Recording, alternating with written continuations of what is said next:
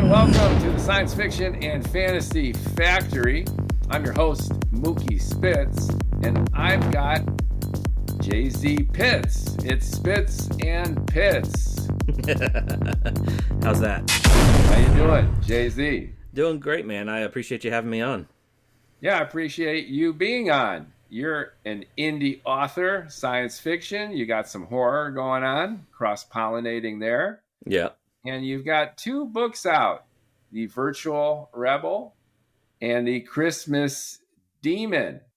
And I saw you lurking on the Substack, and I roped you in for a session on the factory floor. Tell our listeners a little bit about your books, your writing, what makes you special and worth checking out.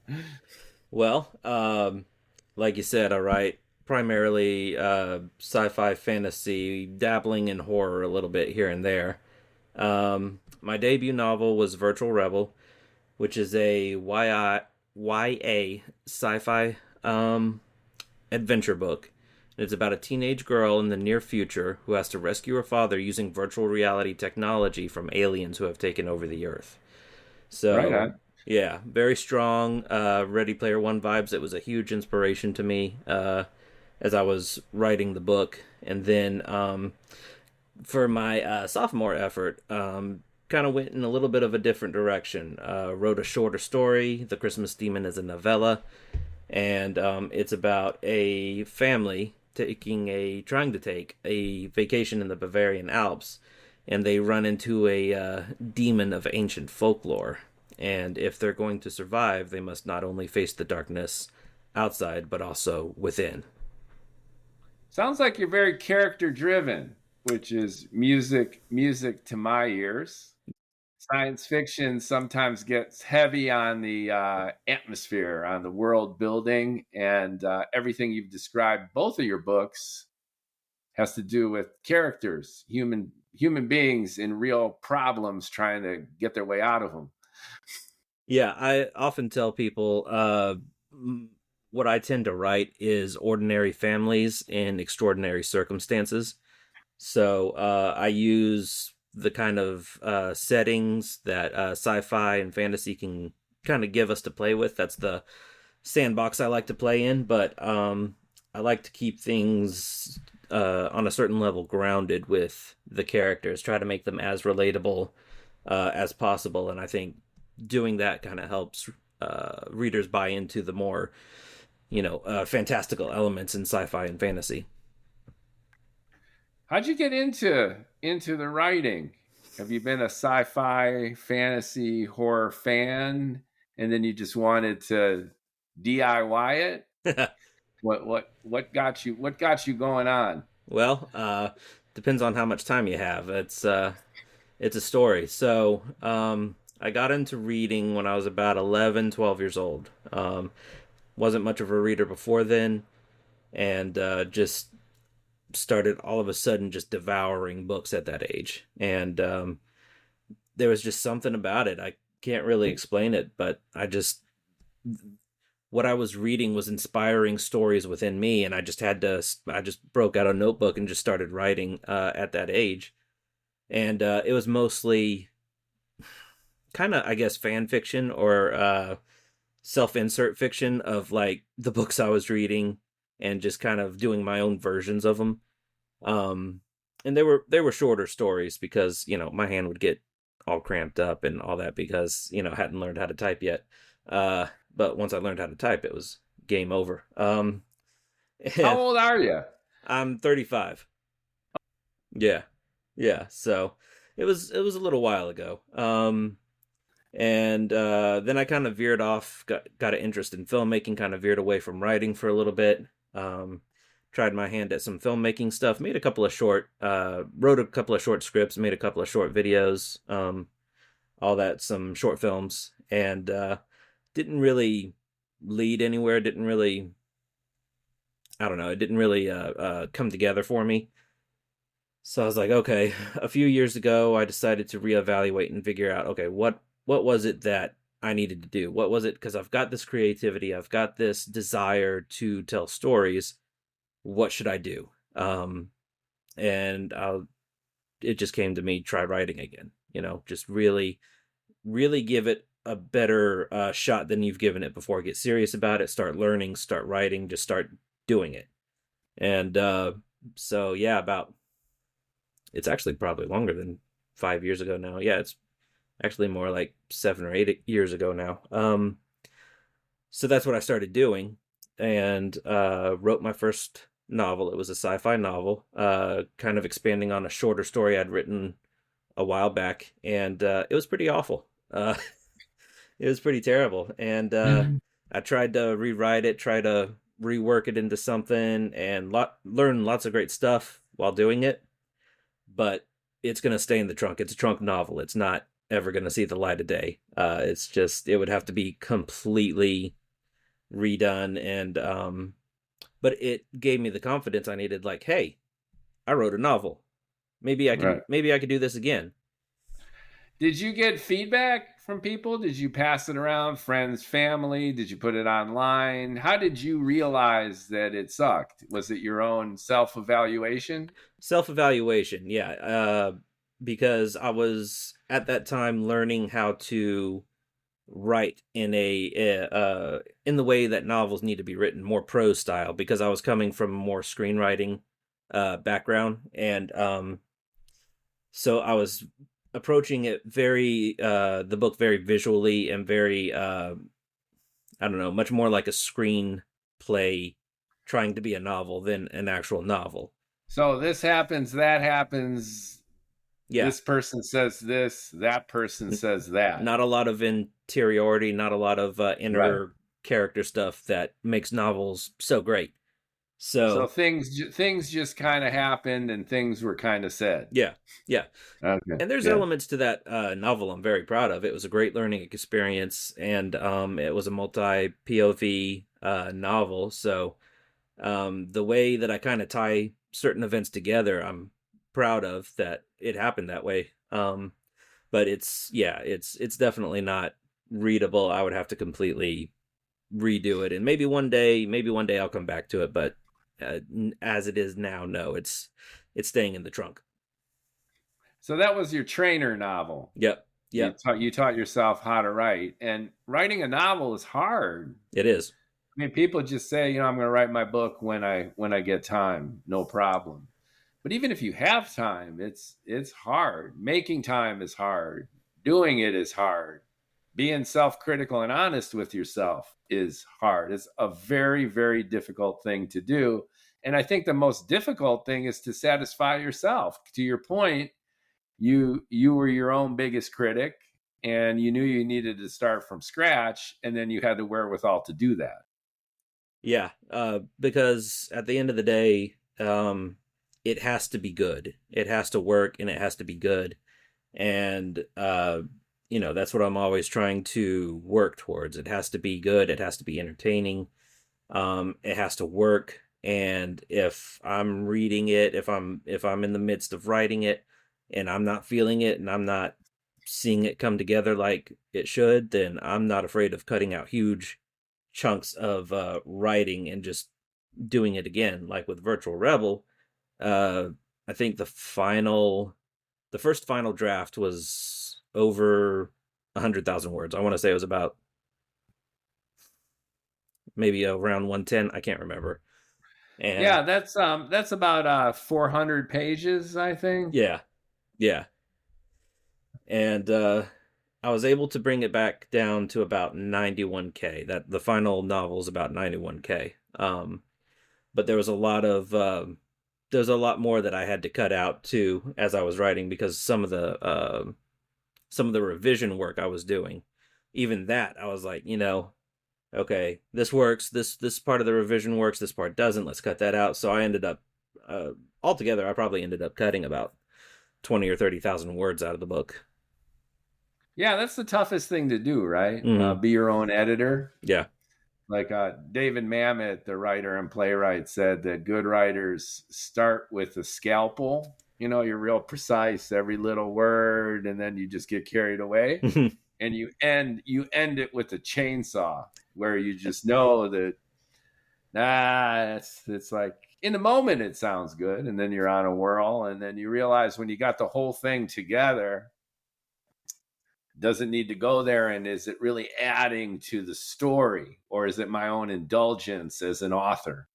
Yep, exactly. So I try to again, I just try to make it the best that I can make it, and if that means axing certain parts, I'm not afraid to do that. What's your criteria? How would you characterize your style? Not to compare yourself with others, but I'm assuming you've had influences, whether it's Stephen King maybe on the one side or William Gibson on the other. We're readers. If you're a writer, you're a reader. And you mentioned you started being a voracious reader all the way back years and years, 20 years, 25 years ago. So who does it for you, and what criteria do you use when you evaluate your own novel and novella as being good or worthy of sharing? How do you make that decision? Well, my literary influences, I mean, they're kind of varied. I enjoy Robert Jordan's Wheel of Time. That was a big influence. Although I wouldn't say I'm as descriptive as Robert Jordan. I'm actually not very descriptive, so that definitely didn't carry over into my own into my own writing. I like Stephen King. I mean, who doesn't? The guy is the king for a reason. Especially his earlier work. Some of his earlier work was just wow. I remember listening to the audiobook for The Shining, and just being like, and just kind of like looking around like, man, this is kind of creepy. I feel like I'm being creeped on a little bit here. It works then, right? Yeah. It was so effective, and it stayed with me. Like the mood, the atmosphere just stayed with me for days with that book. It was extraordinary. And let's see. Dead Zone. For some reason, I read a bunch of Stephen King, and for some reason, Dead Zone really like took me there in that same kind of way. Okay, I need to check it out. I haven't read it. That was a trip. They made a movie out of it too. Obviously, they made a movie out of what is now like 24 Stephen King novels. Yeah, but there was a Dead Zone movie too, which wasn't too bad. Okay, that novel was really creepy in a cool Stephen King kind of way for me. Yeah. Gonna have to look it up. It's one I haven't read yet. He's so prolific, right? The mofo writes every day. Yeah. And he just cranks it out. New book every year. Yeah. Man, I wish. And he got run over by a truck. I know, right? That was crazy. Yeah, I read his book on writing where he talks about that, and that was that's a good book too. Yeah. That's a really Good book for writers, which is just, you got to do your duty. Yeah. Definitely. There's some of the advice that he gives in there I would kind of maybe offer some mild pushback on, just because the way he kind of communicates some of his philosophy on writing is like, you have to do it this way. And I've been around enough writers to know, and I've been experimenting with my own style enough to know that there's lots of different ways to write a novel, and obviously what he's done works wonders for him, obviously. So if he gives kind of the prescriptive writing advice, you should at least pay attention. You should at least be like, okay, what can I take from that advice and use for myself? And the parts that don't work for you, that's fine, they don't work for you. So but just I also like the way with on writing that it's almost like a biography and a philosophy on writing. So you get it's really good for writers to read. You get a lot of cool tidbits in there. Yeah, I agree, and I agree with your observation that you got to make it personal, because if you're writing, you need your own voice, and that's the most enticing and the most challenging part of it, I think, where you fail, just like you mentioned. Like, there's an idea in your head, and then you get it on a page, and you think it sucks. And you think it sucks because there's this big gap between what's in your head and what's on that page. So when you reread your own stuff, you're like, that's not it. And then I think when you bring the two together, your own voice is starting to come out. You're not listening to anybody. You're not copying anybody. You're not trying to be somebody else. but you're true to your own imagination and your own unique way of expressing yourself. And if you could build that confidence to the point where you're able to pull that off, I think that's when you've arrived as a writer. And it's self-evident in your writing being you. It's not Stephen King. It's not anybody else. It's you. And then you take pride in your own capacity to tell a great story. And then you let your characters help you along, right? Your characters end up writing the book for you. Oh, yeah. Yeah. That's one of the biggest learnings I got, which is just, I have all these ideas and I got all my plans. And then my own characters blow it up. They're like, no, that's not what I would do. Yeah. And check it out. This is what's going to happen. Exactly. Yeah. That's when I first started writing stories and novels, I was much more of an outliner. So I would outline everything. Like the first novel that I wrote that I've, basically trunked, it was extensively outlined with like this 60-page outline. So I knew exactly what scene to write, where to go, how to put things together, all that. But with Virtual Rebel, I started experimenting more with pantsing.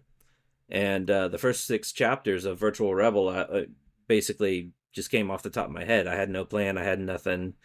And it was a lot of fun. But at the same time, I realized, okay, I need a direction to go in. This could really veer this way and that for me. So I need at least a basic idea of where I'm going. So I've been developing this, I guess, style of outlining that works for me, which is to outline a chapter ahead, but only give like a basic outline, like maybe a 2 or 3 point, okay, character A needs to accomplish this, character B needs to try to interfere or something, and start the chapter with either an up note or a down note.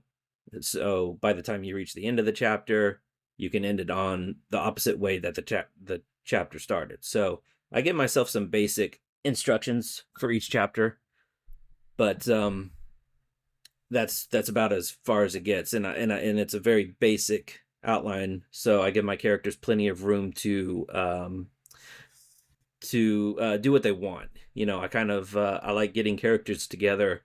I like getting them talking to each other, and from there things just kind of happen. It's more like I'm observing and watching at that point. I'm still giving them, I think that direction. That's spot on. Yeah. Finding that balance, right? So you can't just let them loose. Yeah. Because they got their own devices. You're the writer, you're the master of the fate here. You're the storyteller.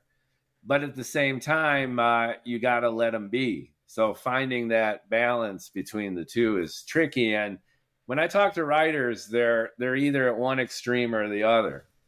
And I think finding that nice mix really makes for a great book and a great writer. I have a general idea as to the story. It's got a big arc with some milestones, and I picture it in my head like a movie pretty much. So I know where it's headed more or less. And then I set the characters loose, and sometimes the characters will surprise me, and all of a sudden they might veer off, and there's new problems that they got to solve. I go from problem to solution to the next problem that solution created, and that keeps the action kind of dynamic and emergent and fun. And it's not the outline that's telling the story. It's this feedback between the characters and their goals, the obstacles that are in their way, and then the dramatic dynamic as they try to get what they want. Yep. And so as a result, I write very linear, because each decision the characters make influence the story going forward. So right. That's how I know, okay, how to kind of plan for the next chapter is like, okay, in this chapter they made this decision, which means these consequences are going to happen in these following chapters that they're going to have to deal with later. And it gets to the point where I don't even know the ending, up until like maybe a couple of chapters away from it. It's a little nerve-wracking sometimes. It's like, okay, I gotta I got to figure out how all this comes together, how this all is going to work. And it's usually a great moment when, I've just had this kind of percolating in my subconscious for a while, and then the light bulb happens, right?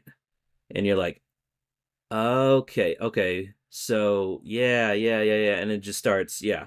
So it's a little nerve-wracking, but it can make it a lot of fun when you have that moment of, oh, this is how this is gonna happen, this is how this is gonna work. Okay, I like that. What about the big themes? So in Virtual Rebel, it sounds like you're playing with this idea of video games, virtual reality, the Ready Player One stuff that you were mentioning, how our virtual lives or digital lives are getting enmeshed Mm-hmm. with our actual lives Yeah. in kind of a creepy, unsettling way. It sounds like you're playing off that. It sounds like you also have a family dynamic Mm-hmm. that's going on with that. Did you draw on personal experiences? Are you trying to tap into cultural elements? How conscious were you of living in 2025 or 2024 when you wrote it? And how much of it was just kind of off the cuff? You're throwing characters into this situation, see what happens. Well, Virtual Rebel, I did most or the beginning of my writing on Virtual Rebel in 2020. So Okay, yeah. so pandemic. Mm-hmm. So you were writing in the past. This is a common theme I'm getting from a lot of writers, Mm-hmm. that there was this creative explosion. Like you had a lot of babies, and then you had a lot of books coming out. Right. Yeah. Had time to do both, right? Uh Right. um yeah, it was Virtual Rebel. In terms of themes, I had some overarching themes that I had in mind. The a family dealing with kind of a some parallel stuff that was happening during the pandemic, but kind of reshaping it into something a bit more unique to their world. So it wasn't a pandemic, but they were experiencing this kind of semi-permanent lockdown, and kind of dealing with the theme of soft tyrannies and how soft tyrannies kind of use entertainment and basic provision as a way of kind of mollifying populations and keeping them from uprising and overthrowing. So that was some of the ideas percolating. But then Okay, so the Russians have their vodka, and we have our digital streaming yeah, entertainment, yeah, right? Okay. basically. Um and so that was like the basic themes that got me started, right? Obviously other themes started developing as I wrote, and I wanted it to also be, because it's a YA novel, I also wanted it to be a way of encouraging young people in recognizing tyranny doesn't always look like stuff like the Hunger Games or something like that, very desperate, very violent situations or circumstances. Tyrannies can oftentimes begin very peacefully and very willingly. Um, so I wanted to kind of seed that in there, and at the same time kind of seed in the importance of freedom and for fighting for freedom, which, not an uncommon theme, but one that I felt like was important in that moment to re-emphasize again. And because my main character Ava has to make a choice, she initially starts her adventure just wanting to return things back to the way they were. All she wants is for her to return to her sense of normalcy. But she's confronted with this reality that, is that normalcy really good for her and really good for the people around her? You know, is it truly living? Is she truly being human, living under these conditions? And what does freedom mean for humanity? Stuff like that. And so she has to make this choice. Okay, can I make a deal with the devil basically and return my life to how it was, or should I basically help ignite a resistance that would, potentially have severe consequences on herself, but could uh, cause a tidal wave to overthrow the existing tyranny in the story. So that was something that I felt was really important to have in there and to kind of challenge younger people with. So from a young adult point of view, you're going through adolescence, you don't know who you are, you're wondering what the hell's going on with society, with my family. You're tapping into that uncertainty and anxiety, and then you're exponentially blowing it up in terms of making her an active participant and a potential protagonist in fixing what's broke. Exactly. Yeah, and I Yeah. tried to do it in a believable way too, because it's kind of funny how in a lot of YA fiction how they become like the central figure or whatever of saving the world and all that. And I didn't want to do that with Virtual Rebel. She's a central figure, but she's not the one, she's not the chosen one that's going to, overthrow everything, but she's an important element and an important key. And her involvement in the story, her decisions cause some very important, I guess, butterfly type effects to happen that get the ball rolling for future generations. So she's vulnerable, she's imperfect, like your young adult reader, mhm. but she has the potential to bring about societal change if she's willing to deal with the consequences. Exactly. That's a good setup. What got you into young adults as your primary audience? How did that interest erupt? Because that's kind of interesting. A lot of science fiction authors want to, they want to be Stevenson, or they want to be Douglas Adams. They want more of an adult audience Yeah. because they feel that they can stretch their wings a little bit. But the young adult focus is more emotional, and it's more niche and targeted. So even from a marketing point of view, I think it makes a lot of sense. And it also defines your world and its characters in a way that are more precise. Well, yeah, I'm like you mentioned earlier in the show, more character focused, more um focused on the interiority of the characters, and having my characters go through these emotional roller coasters, because I want to take the audience on this roller coaster. So um to do that effectively, in my opinion, means you have to have sympathetic characters, interesting characters that you can connect with and go on this journey with. And having it be YA was multi-purpose for me. One was, again, just kind of wanting to encourage young people to I guess bring a sort of awareness that, again, tyranny's not always Hunger Games like, can be very, very different, very they can almost be comfortable sometimes.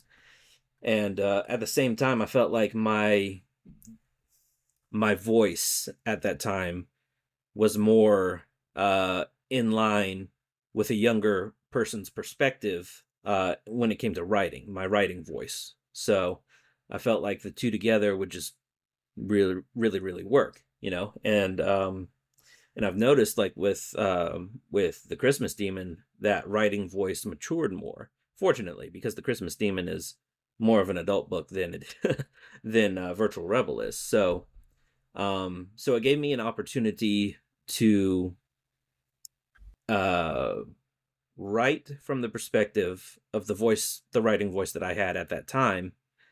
But it also gave me an opportunity to kind of, you know, um, try to have a positive influence while at the same time just trying to give readers a good time. So So it sounds like you're coming at it from this distinct worldview, yeah. which is digital technology is convenient, it's fun, it's consuming, it's immersive. And to your point, it gets dopamine triggered. We don't think twice about it. We just plug in and tune out. Yep. But what you're pointing out, there's oftentimes a high cost to be paid. And for those people who are orchestrating this wizardry, there could very well be an agenda, and there often is, that goes beyond just mere monetization. Yep. And you got to be leery of this kind of stuff, especially given our cultural and political climate. Regardless of which side of the aisle you sit your ass on, it's contentious, it's difficult, and everyone's vying for authority. Yep. In our attention society. And you're appealing to young people to open up their eyes, to realize that by plugging in and tuning out, there's a cost to be paid for it, especially when you're young and you get used to these habits. Mm-hmm. And you get used to taking all this for granted. Yep.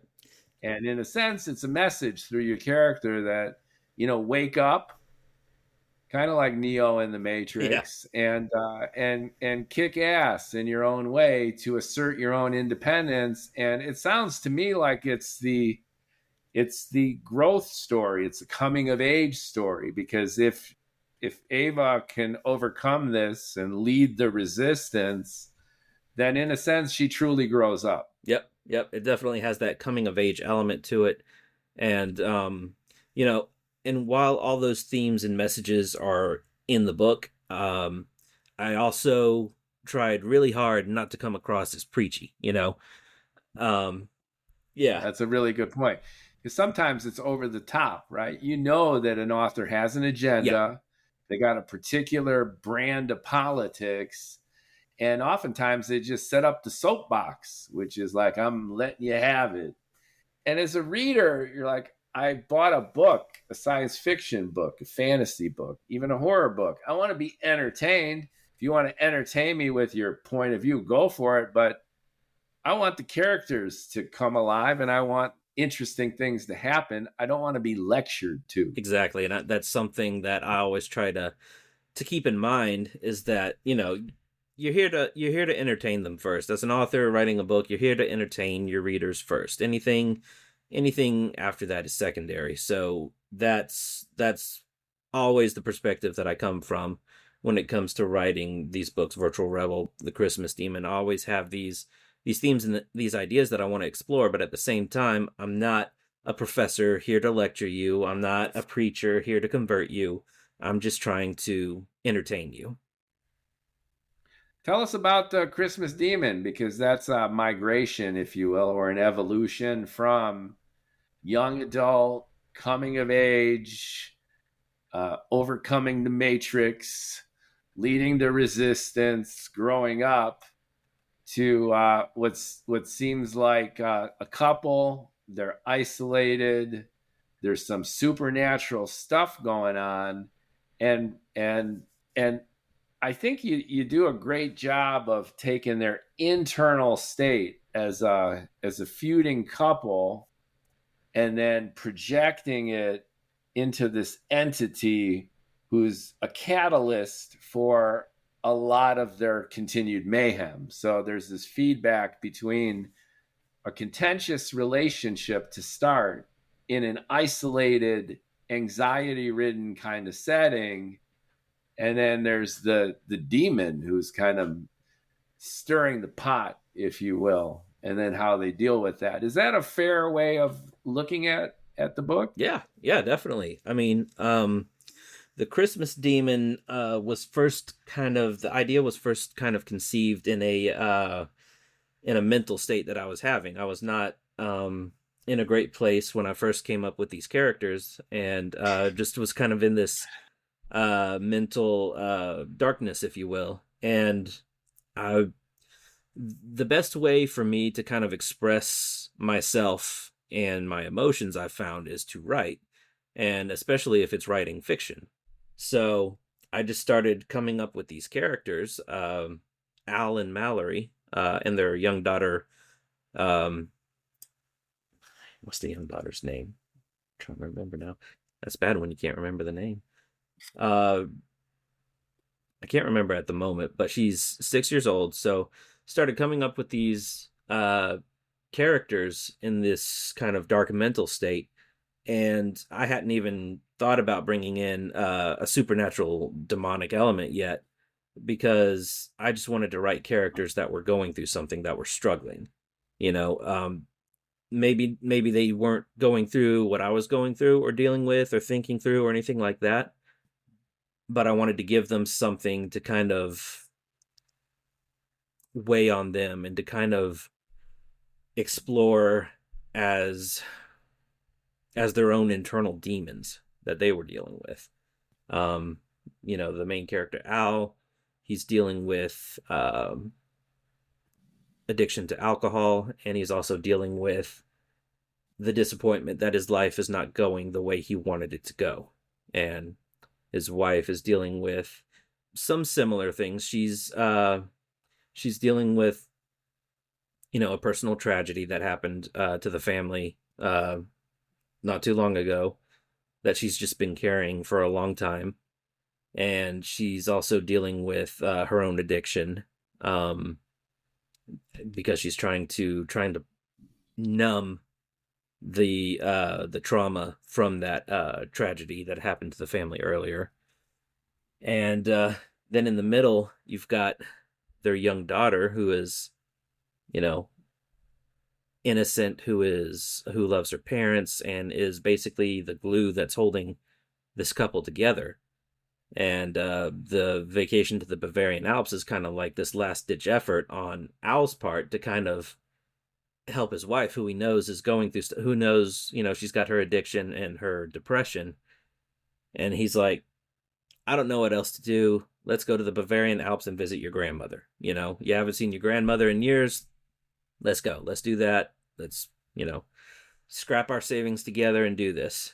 And it all goes obviously terribly, terribly wrong. And yeah, the demon, the demonic element is, spoiler alert for those that haven't read it yet, is an ancient demon of folklore, Krampus, the Christmas demon. And he has his one night a year that he can come out, and he can cause mayhem, and he especially likes to kidnap children and take them to hell with him. And so he's got his sights. By the way, is a real part of Christmas lore. Yeah. So we got Saint Nick and Santa Claus here in the U.S., but Krampus is a real thing that's been around for hundreds of years. Oh, yeah. And you can almost see Krampus as like the anti-Santa Claus. So Santa Claus comes and gives gifts to kids who are nice and not naughty. Mm-hmm. And Krampus is like the mirror image of that, which is just coming to mess stuff up on Christmas. Kidnapping kids, taking things, right? Yeah. Depending on the interpretation of Krampus, because there's different interpretations of Krampus out there. And it varies by country, too. Yeah, right? Yeah. He may come and just cause some, annoying mischief.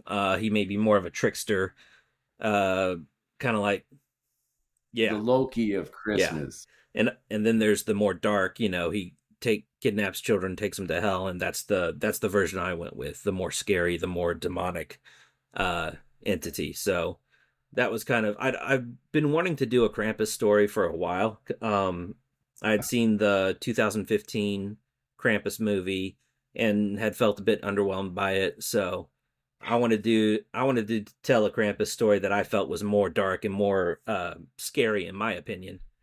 And I can't remember the moment where it clicked for me that while writing these characters, wait a second, I could make this into like a Krampus story, the Krampus story that I've been wanting to tell for a while now. I don't remember how that happened or how it clicked, but it did. And I was like, oh, this is cool. I can do something with this. And just wrote this little novella, and it was a lot of fun to write. And it was also interesting because I also don't really consider myself to be a horror writer, but there's elements to the horror genre that I really, really appreciate and really like to kind of study, because horror is such a strong emotion, and I like the idea of causing strong emotions in my readers. So I kind of like to study it a little bit. I don't watch a ton of horror movies or read a ton of horror books, but when I do, I like to take those moments and to kind of figure out, okay, how is the author or the filmmaker here causing this anxiety or this suspense in me, and what techniques are they using, how are they doing this, and how would it translate into my own writing? So that was kind of fun to play with and explore with the Christmas Demon as well. And subtle horror goes a long way. So in science fiction, the first Alien movie, you don't see the alien until about an hour into the film, right? And it's all creepy and moody, and the anxiety and claustrophobia is building it. And that's very satisfying if it's done well. And in the other extreme, you got like torture porn, which is just, over the top gore and suffering with no subtlety whatsoever. Not really my thing. And I think good writers are always aware of what's kind of lurking beneath the surface. You got the slower build up. And to your point earlier, it's about that internal character driven state, which is building up to something, so that when you do finally get that release, it's inevitable and yet surprising at the same time. And that makes for good writing, good storytelling. Yeah, and hopefully satisfying too, because I kind of prefer that build. I kind of like, I'm not a fan of torture porn or anything like that, so I'm not really interested in having any of those elements, although there's maybe like little hints of it in the Christmas Demon, but it's not really a heavy. The hints are good. Yeah, it's oftentimes what's not seen is more important than what's seen. Teasing the imagination. And it's sexiest when there's a little bit of clothing on. Yeah. Exactly. And so that's what I tried to do with the Christmas Demon, is build things. It starts off, you get just little hints here and there that something's off, something's wrong. And as the story progresses, it just becomes more and more apparent that there's something really, really wrong happening with this family and with this little village that they have found themselves in. And I was so thrilled. I had sent the manuscript to a couple of different editors to have it worked on.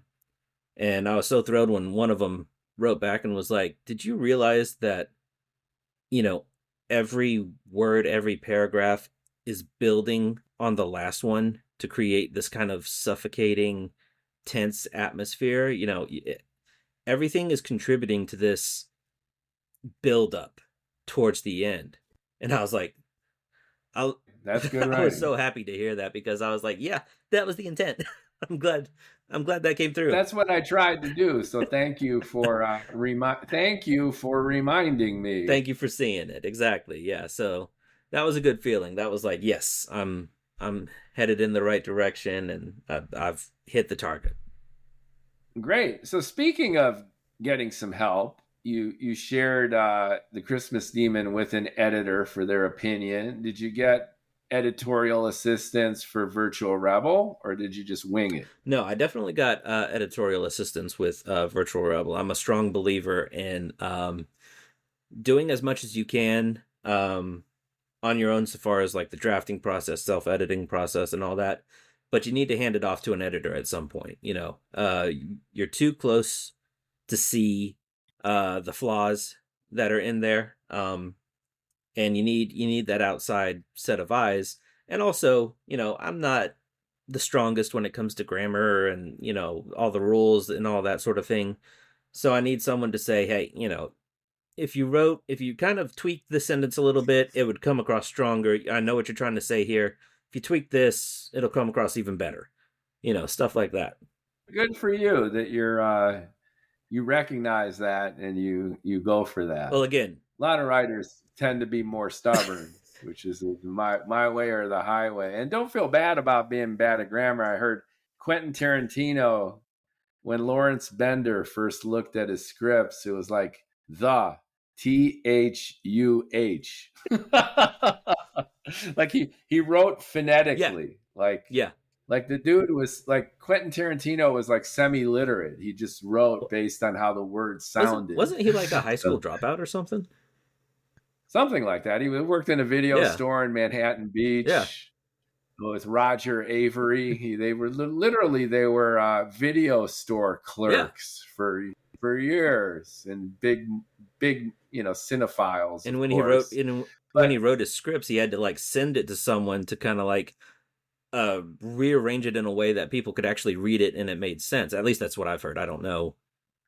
Yeah, so he had it in his head, and obviously a vivid imagination, and he's had quite a career for himself. But this idea that you need to be totally buttoned up, that everything's got to be perfect out the door, misses the yeah, point, and also begs the question of people who have been ravenously successful and at the same time deficient in ways that some people would consider table stakes. And that's just not true. It's like, Albert Einstein said, creativity and imagination are more important than intelligence, so it's like you do what you need to do to get it done. yeah, yeah. And Again, that's cool. What about your covers? covers. Yeah, I've had.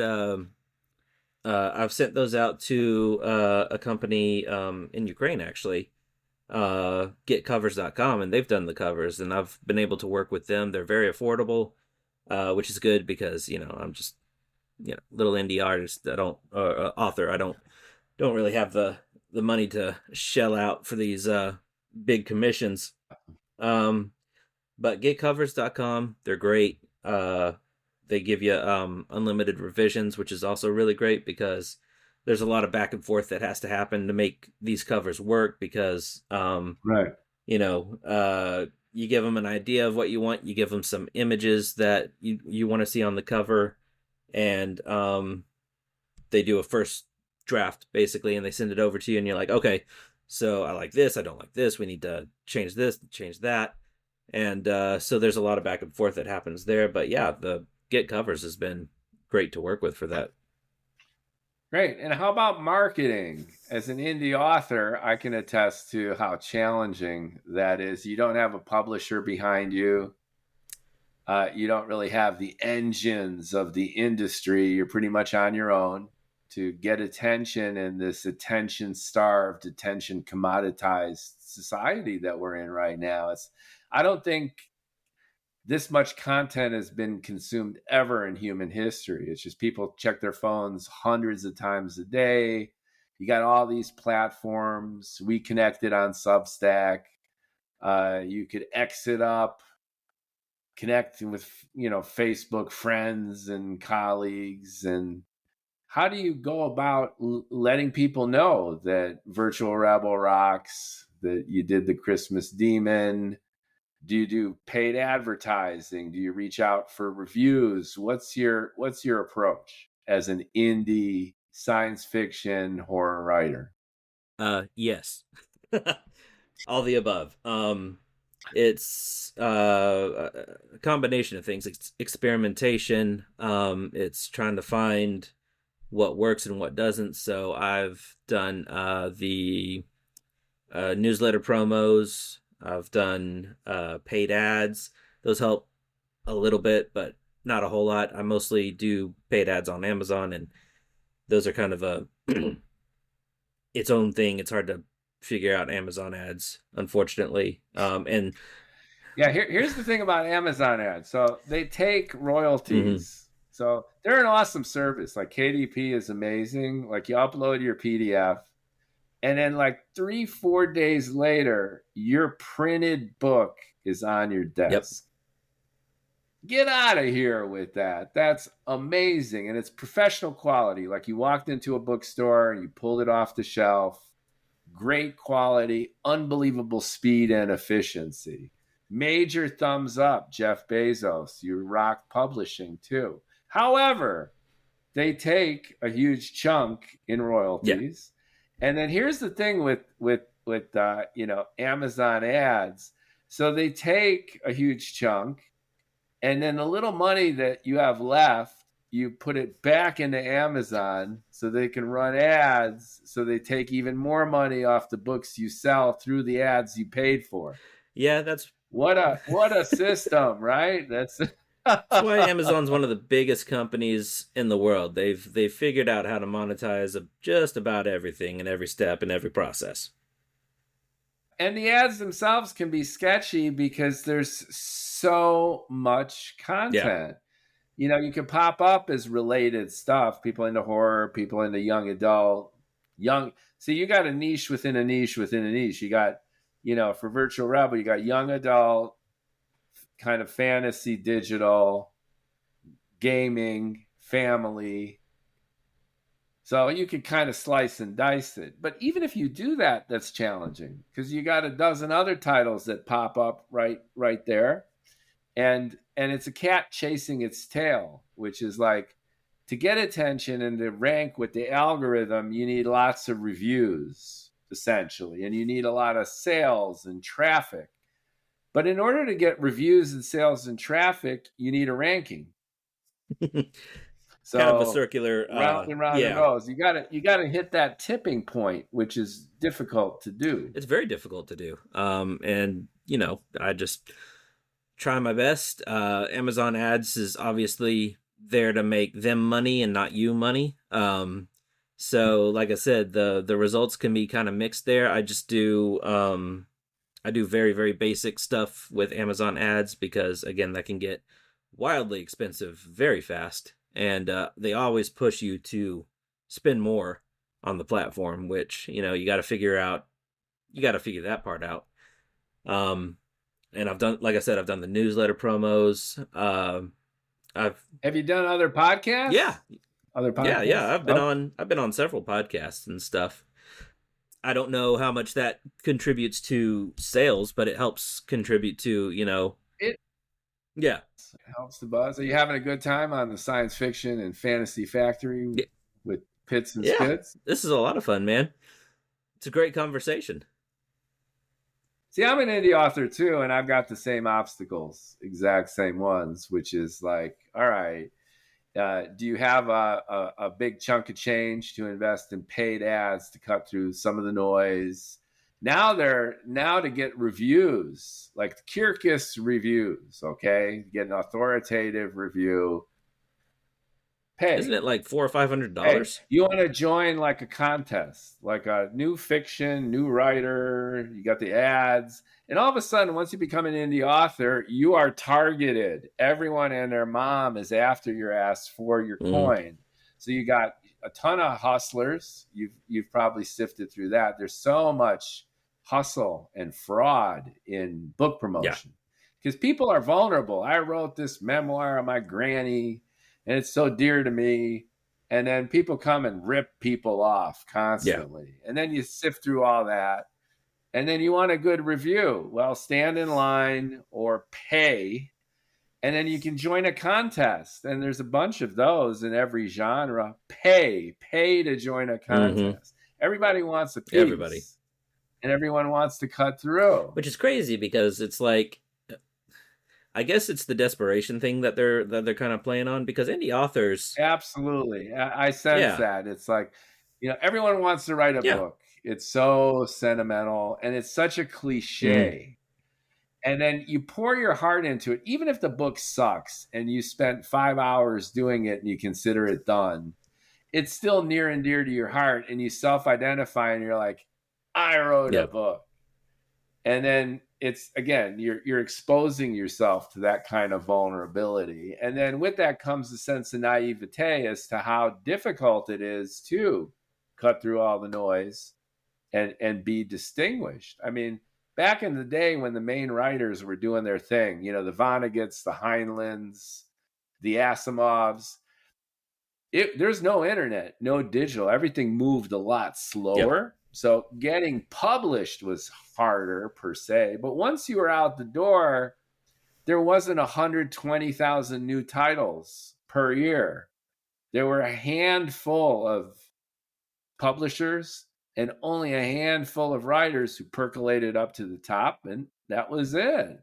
Now the benefit of this is anyone can publish, but the problem is anyone can Yep. publish, and everyone wants Yep. to. Yep. So how do you differentiate? And the question is, you just need to be determined and keep going, right? Yeah, you definitely can't. You can't overthink it, and I think to a certain extent that happened a little bit after I published Virtual Rebel. I went in there, I was a bit naive about what I could achieve with Virtual Rebel. I didn't think I could achieve, bestseller status or anything like that, but I thought I could move more units than I actually did. And that kind of got me in a slight depressive state for a little bit, and I couldn't write for a few months because I was just like, man, and in that time, I wasn't just, sitting in a corner in a dark room or anything like that. I was also trying to learn book marketing and stuff like that, but it's all very book marketing itself can be a full-time job, man. Yeah, and it's also a different skill set. So, you're a writer. You are a voracious reader. Very few people write, let alone read. So if you're actually able to sit on your ass and bang out a book, that's a particular skill set. And it's very, very rare, and it's very distinctive. And the other skill sets, which are marketing, sales, communications, are much more common and prevalent. But it's like playing rhythm and lead guitar. It's very rare for people to do both. And it's almost non-existent for people to do both really, really well. Yeah. So it's so hard to find a writer who puts as much enthusiasm into the marketing and distribution of their content as creating the content itself. And usually if they are really good at that, then their content probably sucks. Because all they've really wanted to do was to be famous and get rich. Yeah, definitely. And kind of follow the checklist of what it takes to be a best-selling writer, which is essentially copying another best-selling writer and seeing what sticks. If you're genuinely creative and genuinely want to tell a story from your heart, then you're not thinking about distribution at all. You're not thinking about sales. You're not thinking about targeted advertising on a digital platform and budgeting your monthly allotment and figuring out your return on investment. You're writing and telling a story. So that's the challenge, right? That's the challenge, and that's the conflict. And it's and a lot of your time is demanded of you in either of those aspects. In writing, it's very time consuming. In marketing, it's very time consuming. So how do you figure out how to split that? How do you figure out what aspects of both work best for you? And at the moment, I'm just trying to have an engaging social media presence. That I've found that building community that way and connecting with other writers and readers in that way is has been beneficial for a multitude of reasons. You get some sales there, sure, but it's not, for the amount of time it takes to build a community and all that, it's not necessarily the main goal is to achieve those sales. But you get this kind of encouragement, and you get this kind of writing is very isolating. It's very, very much a lone experience for the most part. And so when you get to connect with other writers and readers who appreciate indie authors, it's very encouraging, and it's very helpful to keep you going, because you're seeing these other writers and they're having the same struggles as you. They're having the same accomplishments or the same struggles as you. And some are doing better than others, some maybe not so much, just depending on, everybody. I think it's Dwayne Johnson that says something to the effect of like same game, different levels, or something like that. And it's really true. It's everybody's trying to build a readership, get their books out there, trying to figure out marketing, trying to figure out the best way to tell a story. Some are doing better at it than others, but we're all there trying to do it. And so building a community with like-minded people like that has been great. And very encouraging. So that's at this time, that's what I'm focusing on. And I've also heard the best marketing is literally just writing the next book. So that's also what I'm trying to focus on. I'm not trying to, learn these gimmicks or these tricks, which is what I was trying to do in the beginning. Best way to get eyeballs here, there, and all that. A lot of the stuff I tried hasn't been very effective in that way. And, the old adage, just write your next book, write your next book. It's like, okay, well, I could do that, so I'm going to do that.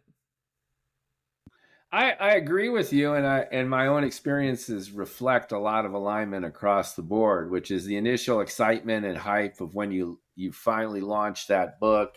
This is your big thing, and then it's crickets or like little firecrackers off in the corner, and then you're like, wait a second, the result is not matching my own hype about my own content. Yeah.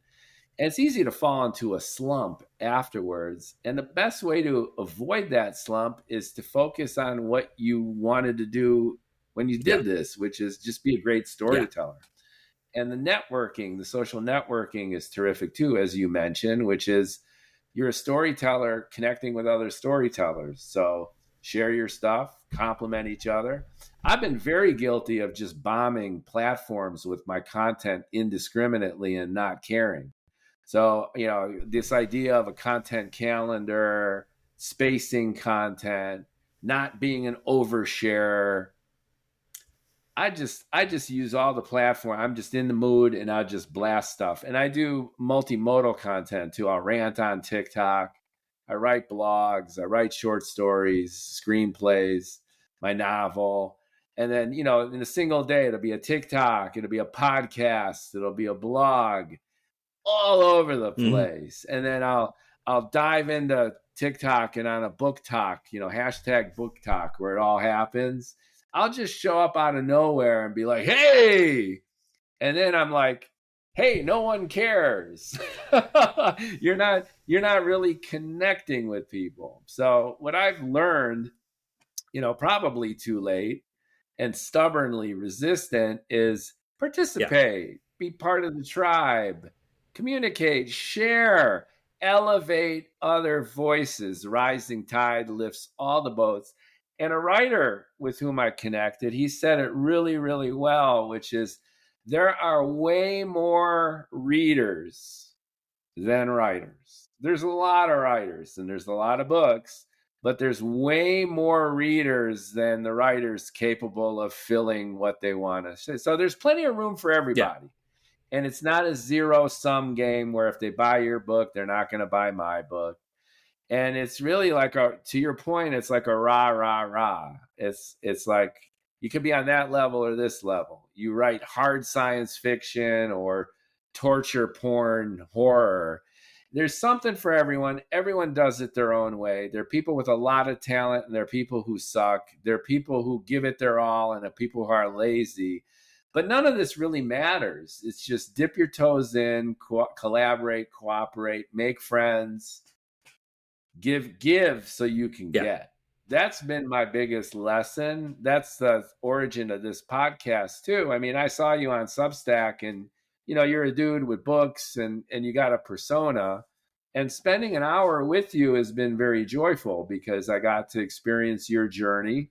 We share a lot of the same challenges. And at the same time, it's very inspirational. And all of a sudden, your network became my network and my network is yours. And then we follow up. And now hopefully we can be buddies, keep in touch. And the same rules apply to every touch point that you make within this indie writer community. Yep. You make some great points there. And it's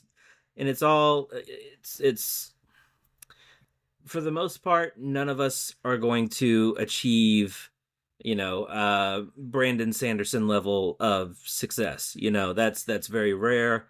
That's awesome for him. But, Hugh Howey. Hugh Howey. Yeah, much better example. Yeah. Yeah.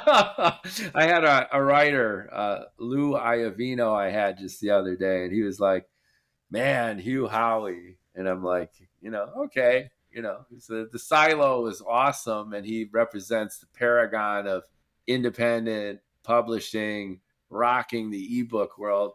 But you got to do it yourself. What are you going to do? Copy Hugh I or, mean, that world, that environment, that world that Hugh Howey was writing for doesn't exist anymore. You can't Right. be the next Hugh Howey, because that's all gone now. The world has changed and moved on. So you gotta figure out your own way. And for 1,000%. And it's always satisfying. The only person that you could or should disappoint is yeah, yourself. If you got the world judging you, whether you got too few sales or you're not impacting the way you want, it's like time out. Just give yourself a break and remember why you did this in the first yeah, place. that's the important thing, because it's very easy to get down on yourself about a multitude of things on this journey, on this path. And so you have to come back to, and that's kind of my journey with writing The Christmas Demon is, well, what were you doing in the first place? You've got this creativity that you need to express, you've got these stories that you've wanted to tell, and even if they never achieve bestseller status, and even if you never achieve any sort of real career from it, you have the capability to do it. So just do it, and whatever happens happens. Yeah, society tends to judge people based on this external metric of success. And you'll get a pat on the back and a big congratulations if you could show what your internal effort accomplishes in that kind of way. But that fundamentally misses the point, which is the intrinsic joy that we get in terms of being storytellers. And if you keep on, something's going to happen. And at the very least, you check out of this very mortal life that we have with the satisfaction that you did what you loved and you got it out there. Because I know as a writer and as a creator, I just feel I need to like release Mm-hmm. all this. I got so much going on in my head and my heart that if I could just unload all the stories that I've wanted to all along, that'll be in and of itself Exactly. a happy way to check Exactly. out. And the final Yeah. product, having your books, I mean, just being able to hold my books in my hand. Show it for video. We're on audio and video now. Virtual Rebel. It's got a badass cover. It's very Yeah. nice. And just being able to hold it in my hand and look through it. I could point to that and be like, you know, I did this. This is a little piece of me that I did. I made this, I created this. The final result is right here. Something I've accomplished something, and I can hold it in my hand and say, I did this. There's something very satisfying and something very just, well, yeah, satisfying about it in a way that's hard to express. There's a boldness to it too, because people tend to be so self-critical. And as writers, storytellers, we're really self-critical. So if you could reach the point in your own writing journey where you could hold that book and you could stand on the corner of like Fifth Avenue and Broadway in New York City and just Yeah. wave it. And anyone who walks by, you go, Yeah. read this, check this out. You are joyful, you are celebratory of your own creativity, and you're also fearless because you've jumped through all the hoops of thinking your stuff sucks and working it and reworking it and finding your voice.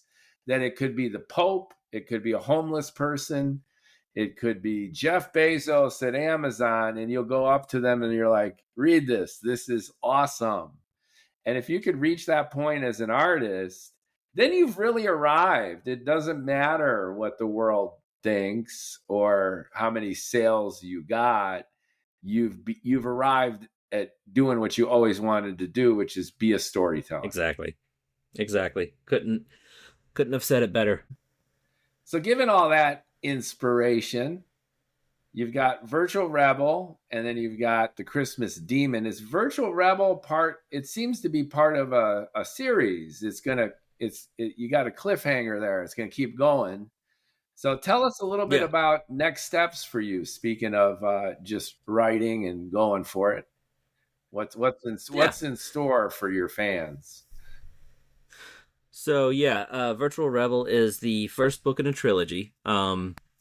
And I'm going to start writing the sequel very soon. Right now, I'm working on something else. It's a cozy fantasy, something else that I've just been wanting to work on for a while. But I've been having some pretty cool ideas that I'm pretty excited about for the sequel to Virtual Rebel. So I'm looking forward to getting back into that soon.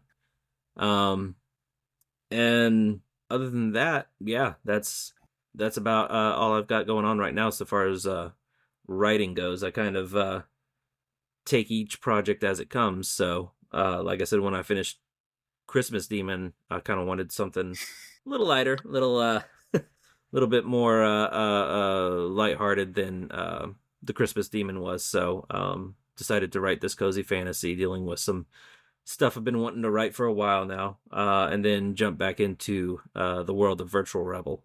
Great. Thanks for joining us, Jay-Z Pitts with Mookie Spitz. Your journey is inspirational.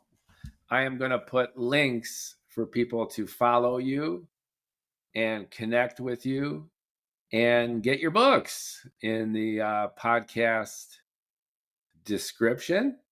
So like, comment, and share, everybody. Check out Jay-Z's books. Follow him, subscribe to him on Substack. And I'm assuming you're on the other social medias as well. I am. I'm on Facebook, Instagram, new TikTok account, and X. Sounds good. So we will like, comment, share, and follow. Get his books. And let's follow up for your next launch. We can jump back into the factory and talk about that. And Definitely would love to. keep the conversation and the networking going. Sounds good. Thanks so much. And we will catch up soon. Right on.